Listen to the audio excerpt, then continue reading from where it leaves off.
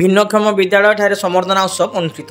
ସୋନପୁର କଳାପଥର ସ୍ଥିତ ଜିଲ୍ଲା ଭିନ୍ନକ୍ଷମ ବିଦ୍ୟାଳୟଠାରେ ସମ୍ବର୍ଦ୍ଧନା ଉତ୍ସବ ତଥା ଶିଶୁ ଦିବସ ପାଳିତ ହୋଇଯାଇଛି। ଏହି ଅବସରରେ ବିଦ୍ୟାଳୟର ଉପସଭାପତି ହରିନାରାୟଣ ତ୍ରିପାଠୀଙ୍କ ସଭାପତିତ୍ୱରେ ଅନୁଷ୍ଠିତ ସଭାରେ ମୁଖ୍ୟ ଅତିଥି ଭାବରେ ଜିଲ୍ଲାପାଳ ଡକ୍ଟର ନୂରପରା ସାହୁ ଯୋଗଦେଇ ଓଡ଼ିଶା ପ୍ରଶାସନିକ ପରୀକ୍ଷାରେ ଚଳିତ ବର୍ଷ ମନୋନୀତ ହୋଇଥିବା ଅନୁଷ୍ଠାନର 2 ଜଣ ପୁରାତନ ଛାତ୍ରଛାତ୍ରୀ ସୁଶ୍ରୀ ଶିଖା ଭୋଇ ଓ ବାହାଦୁର ଦେବତାଙ୍କୁ ସମ୍ବର୍ଦ୍ଧିତ କରିଥିଲେ। ସମ୍ମାନିତ ଅତିଥି ଭାବରେ ଷ୍ଟେଟ୍ ବ୍ୟାଙ୍କ ଇଣ୍ଡିଆ ସୋନପୁର ଶାଖାର ମୁଖ୍ୟ ପରିଚାଳକ ଲକ୍ଷ୍ମଣ କୁମାର ମାଝୀ ଓ ଜିଲ୍ଲା ସାମାଜିକ ସୁରକ୍ଷା ଅଧିକାରୀ ଗୋବିନ୍ଦ ବଲ୍ଲଭ ଷଡ଼ଙ୍ଗୀ ଯୋଗଦାନ କରିଥିଲେ। ମୁଖ୍ୟ ବକ୍ତା ଭାବରେ ରାଜ୍ୟ ସାମାଜିକ ସୁରକ୍ଷା ବିଭାଗରେ ଡେପୁଟି ସେକ୍ରେଟାରୀ ସନ୍ନ୍ୟାସୀ କୁମାର ବେହେରା ଯୋଗଦେଇ ଭିନ୍ନକ୍ଷମ ଛାତ୍ରଛାତ୍ରୀମାନଙ୍କୁ ଉତ୍ସାହିତ କରିଥିବା ବେଳେ ପ୍ରତିଷ୍ଠାତା ସମ୍ପାଦକ ଉତ୍ତମ ଚରଣ ଦେହୁରୀ ସଭା କାର୍ଯ୍ୟ ପରିଚାଳନା କରିଥିଲେ। ସଭା ଶେଷରେ ଅନୁଷ୍ଠାନ ଶିକ୍ଷୟିତ୍ରୀ ପ୍ରଜ୍ଞା ପରିମିତା ପଣ୍ଡା ଧନ୍ୟବାଦ ଅର୍ପଣ କରିଥିଲେ।